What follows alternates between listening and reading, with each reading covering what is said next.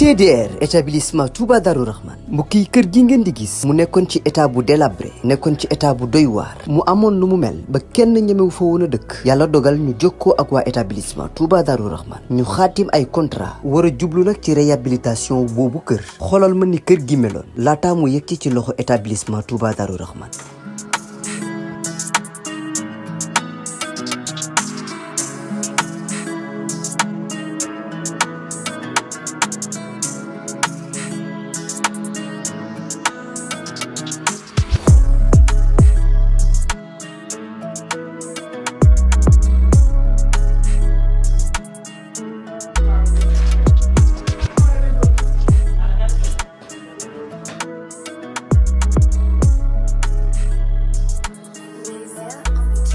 mbokk yi du gis ngeen établissement Touba Darou Rahman di yëngu ci wàllum tabax kër bi ñu leen joxee kër gi ni kër gi meloon ak bi ñu paree ci kër gi ni kër gi mujjee mel mu taaru loolu ba wute sax ak na mu meloon mbokk yi nii rek la ko waa ETDR di defee ci liggéey yëpp bu fekkee da nga am sa terrain bëgg am kër gu yees ETDR dina ko defar ba mu baax jox la sa ay caabi bu fekkee ni sa kër aussi moo soxla réhabilitation ETDR ñëw defaral la ko ba mu yemb.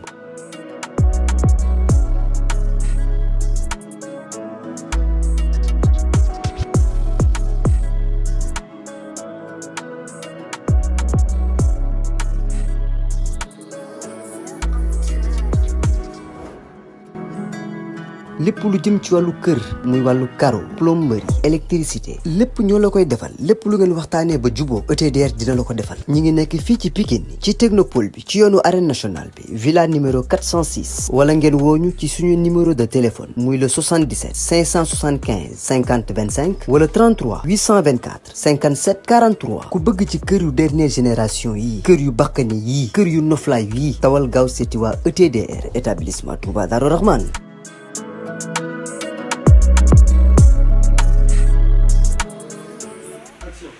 jërëjëf mbokk yi am mbégte kontaante bu baax a baax pour ñu ñuy suivre ci ETDR Média ak li ci Rewmi TV di leen nuyu bu baax a baax saa su ne comme fi ñu ko tàmm di ko nuyoo rek lépp lu nga xamante ne bii rek mooy actualité te bokk ci réew mi rek dañ koy jëli jox ko ñu ñuy suivre dañuy bàyyi xel di wax ngeen wéy di abonné waaye di bës notification bi ngeen di mën di xaar vidéo yi di wàcc en temps réel su ko defee ngeen di ko mën am saa su ne di leen jégalu nag ci gëj ngeen ñoo gis gëj ngeen ñoo dégg am ci lu ñu nekkoon rek waaye suñu borom macha allah yembal na lépp kon nag ñi ngi sant ñëpp di gërëm ñëpp gis nañ message yi gis nañ appel yi tey nag ñi ngi fi nga xam te mooy ASECNA bu ñu nee ASECNA nag seet si le grand champion muy sunu xarit muy guy gi di ku nga xamante ni macha allah ci biir làmb la nekk di ci liggéey lu am solo waaye di ci bay waram waaye di nuyu bu baax a baax suma confrère muy Serigne Sylla borom li si réew mi borom Dagana ak suma xarit suma doom nday Badou le grand cadreur ak ki nga xamante ne bi mooy Aliou ak Khadim Anta Seck guy gi maa ngi lay nuyu bu baax a baax di la siyaar di la bàyyi nga nuyu ñuy suivre ci ETDR Média ak li si réew mi. waaw Thier di la wax ni auzu billahi mina seytaan rajim bismillahi rahmaani rahim ginnaaw ban sant yàlla julli cont bi sant suma ñaari waajur di nuyu waa Thiénaba Seck gépp di ñaanal Baye Seck yàlla oyofal yéen bi yàlla mun na ko yàlla na ko yàlla def di nuyu waa Thiénaba Seck yëpp nuyu suma papa ak suma yaay suma grand frère Modou suma rakk Babacar xiif Bolo suma rakk Ndeera Magay sama soxna bee bi nuyu waa Thiénaba Seck bi nga xam ne wax dëgg yàlla fa laa bàyyi ko nuyu waa Guédiawaye nuyu suma yaay Waré Sarr suma grand frère Nas famille Waré Sarr bi yëpp Mame Mbaye Paris ku ci mel ni Ñanga Caama Bira sama NBA bi Assane nuyu waa ASECNA sama dëkkandoo yi ñoom mère Mbaye ñoom Adja Fat Kiné nuyu ñi nga xam ne vraiment dañ may seetaan di ma suivre di ma encouragé ci li ma jugee boobu tax dëgg yàlla gis naa encouragement yi sorti ma def démb rek wax dëgg yàlla day tax ma gën a góorgóorluwaat parce que loolu mooy àdduna moom loolu tubaab bi naan yow yaade am ba yaade baaw moo am tey nga nekk suba doo nekk loolu mooy àdduna loolu mooy àdduna quoi xam nga di nuyu ñi nga xam ne vraiment tey ñooy suma ami d'enfant yi ku ci mel ni Mansour Ndiaye comme ni ma ko waxee Ahmed Diagne Cheikh Mbaba Talla Ndiaye xam nga ku ci mel ni Gora Ndiaye xam nga Baye Serigne Niass Baye Serigne Sylla Mame Serigne Turki vraiment boobu tey muy rafet sama depuis carrière ba nii mi ngi rafet kon du ma mën loolu suma def émission nuyu leen fàttaliku leen waaw nuyu suma benn rek koo xam ne vraiment kenn la ci man depuis États-Unis muy ndongoloo mbër waaw ndongoloo kooku suma rakk la waaw ndongolo non ndongolo mbër daam ndongolo mbër mel quoi mi fi nekkoon nekk États-Unis nuyu waa États-Unis gépp ku ci mel ni Abdou Medina Yambu Ndiaye Mama Mati Dabel Ndoy yàlla mbaatus sama frère Mor Sène sama coach bo képp ku nekk États-Unis dañu seetaan rek maa lay nuyu bu baax a baax di la nuyu yow tamit Thier nuyu kii Serigne borom réew mi TV moom sëñ Fallou Seck moom sama waay la démb rek maa ngi koy wax sëñ Fall nit ku baax la wax dëgg yàlla lim seex ak mbëri man xam naa ko wala lim seex sax ñeneen ñi xam naa ko kon tey defe naa ni bu sitam ñëwee damay jël rek li réponse bi rek mooy nga ne ko automatiquement rek boo deful dara nga ne ko waaw loolu mooy réponse bi yow tamit waxi noppi yow suma waay nga suma nit nga suma maa ngi koy wax léegi di ko seedal gars yi man du ma wax ci kaw wax ci suuf li may wax ci suuf rek laa wax ci kaw man noonu laa mel soo ma sentiroon Thier waru maa jël doomu woo ba jot ma mais bu ma sentiroon nga maa jël soo ma waxee dama dañuy fixé quoi bu ma deful dara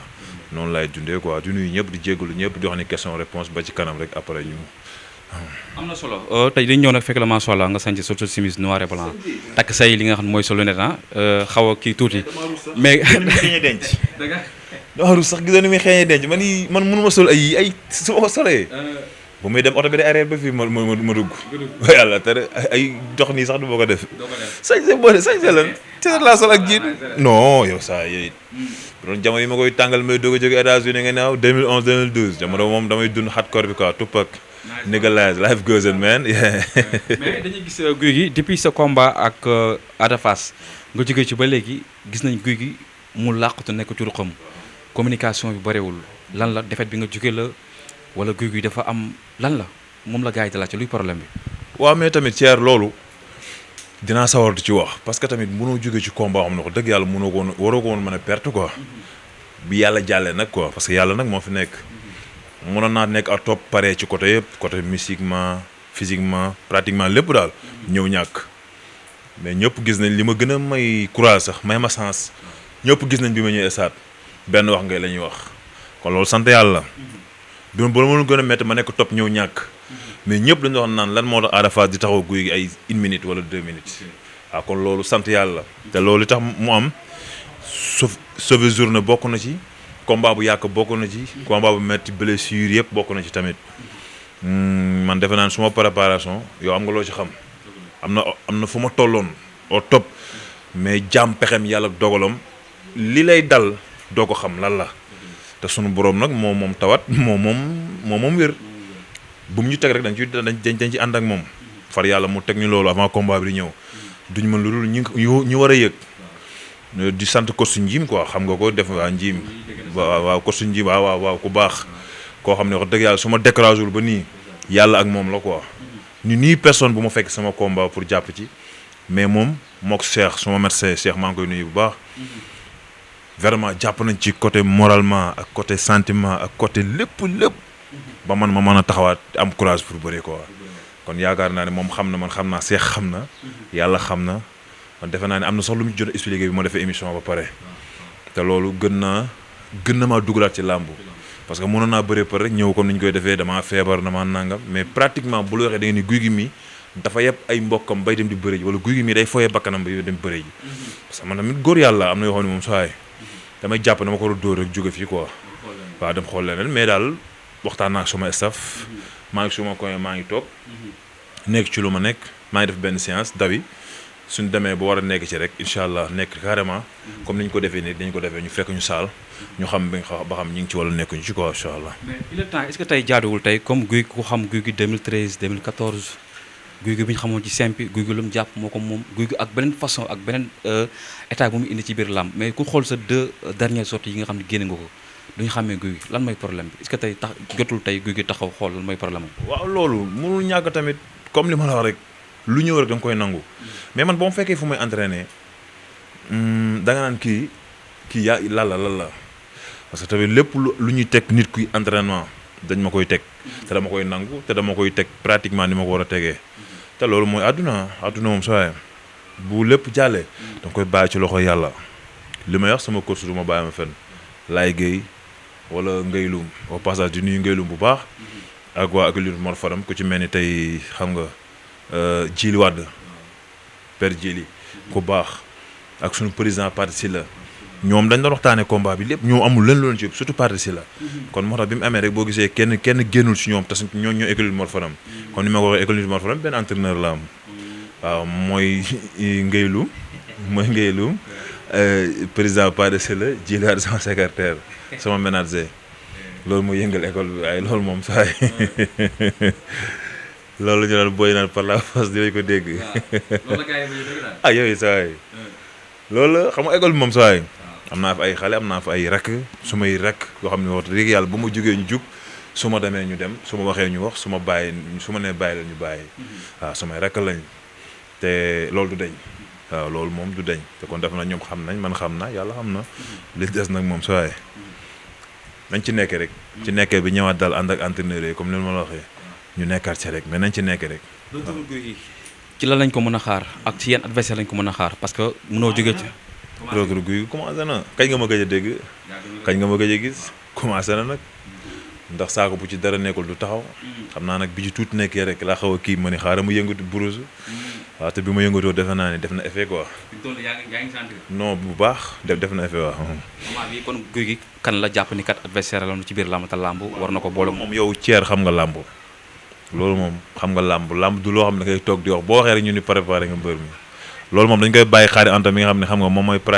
pratication bi xaw ma ni ñu koy waxee Xaari Anta mi monté combat yi moom di leen ni Gouye Gui daa parce que Xaari Anta tamit vraiment man des fois damay jaaxal des fois mu gis mu envoyé ay combat yoo xam ni man xaw ma ni sax bëri naa yii waaw ma xam ni kii waaw non damay xam ni kii mi ngi dund làmb waaw mi ngi dund làmb moom comme que moom yooyu lay dund nañ ko bàyyi moom mu def pratication bi rek après. mais ñàkkul ni Gouye Gui am na ku nekk ci xelam ni kat jàpp na ni kii ba tey war na mën a bëri moom ci làmb. adversaire ci làmb ji. adversaire comme kan. bëri na loolu doo ko wax su ma demee bay wax mbër kay. mais nga ma limal la Gouye Gui xaw ma nag. man mosuma lim mbër. sama carrière mosuma lim mbër dañu war a bëri. mosoo fay lim Eumeu Sène. benn non lu bokkul Eumeu Sène c'est grand champion loolu ba tey du lim loolu ba tey dama ne. su ma waree bëri Eumeu Sène ba tey. cofeel gi du deñ mais ba tey dama bëgg bëri ak moom mais cofeel gi du deñ xam nga njëriñ dañoo jàpp ne Eumeu Sène li tax ma bëgg bëri moom Eumeu Sène bu ma ko daanoon man mën naa bañ a nekk roi parce que lim boole dafa bëri te man li tax ma bëgg bëri moom xam naa ko sa parmès kuñ ci lim Balla Gaye numéro 2 Lac de Guiers rek doy na sëkk waaw léegi nag man su ma amoon loolu man fan lu may doxati roi moo tax may xaaju naan Eumeu Sène loolu lu wax la yow saay combat bu mu amaat daal saay moom yàlla nekk man su nekkul man it bu mu amaat yàlla nekk man bëgg naa bëri moom de. day continuer ci xale yi di leen may chance wala day talal grand frère yi loxo. non Thier dégg nga wala bu ma amee Eumeu Sène baax na su ma amul Eumeu Sène comme li ma la wax rek ma dem seeti loo xam ni xam nga tey combat bi tey ma jógee yàqul dara suma palmarès ci ko xam làmb yàqul dara suma palmarès parce que tamit nit am na combat yu muy jël ñàkk ko rek da nga ni kii dafa yeb nit ñi quoi mais wax dëgg yàlla moom esat moom benn seede la quoi Gouye Gui loolu moo tax muy bëri si xam loolu nag wax la quoi ndax muy bëri si man xam naa ko parce que combat mënul métti yenn métti yoo xam ni ci benn booy bi jug booy bi yéeg nga leer na tey jàppale day bëri ci moom yow jàppale yow du bëri ci yow da ngay dem ak sa ngor waaw da ngay dem ba xam nga ñi ciy féete day bëri duñ ko nëbbu waaw duñ nëbbu ni xam nga waaw boo demee nag tey ba xam nga gis yenn yi dégg yenn yi muy bëri ji da ngay dem bëri ji rek. jërëjëf Thier mën naa la bàyyi yow kese nga gérer affaire yi parce que yaakaar naa ne yow kese mën nga gérer émission bi lépp macha allah Gouye Gui damay rebondir un peu par rapport ak si ligne droite bi nga nekkoon parce que ku la gis bi ngay bëree macha allah Thier wax na ko boros na ko léegi mais yaakaar naa question bi dëgg sax Thier daf nga xaw a yolomal Gouye Gui nga nekk si beneen ligne droite bu doy waar mais ces 2 derniers combats ñu gis beneen Gouye Gui bi nga xamante ni xaaruñu ko woon si làmb après ce combat yeneen écho amaat Gouye Gui respecté tout entraînement Gouye Gui dootul ñëw école làmb nag taxaw posé wu question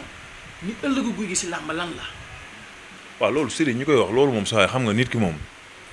boo nekkee ci métier dina am ñu bëgg am ñu bañ am ñoo xam ne dinañ bëgg pour yow nga si li nga nekk nga positif ci di ci dund lu la neexee te doo ci am problème am na ñoo xam ne bis bi nga nekk à top jour boobu lañ mën a gën a jël seen jaas yi seen paaka di jam di yàq di xotti ngir nga am négatif loolu mënul ñàkk loolu ñu koy wax ñëpp ñi nga xam ne wax dëgg yàlla yéen a bokk na moom làmb ji ñenn ñi ma sañ a wax mënuñoo dem ñenn ñi seen supporter def na yàlla ko teg ñenn ñi ne kii kat warul am lii ñenn ñi ne warul sotti ñenn ñi nangam loolu rek la te dañoo fàtte suñu borom quoi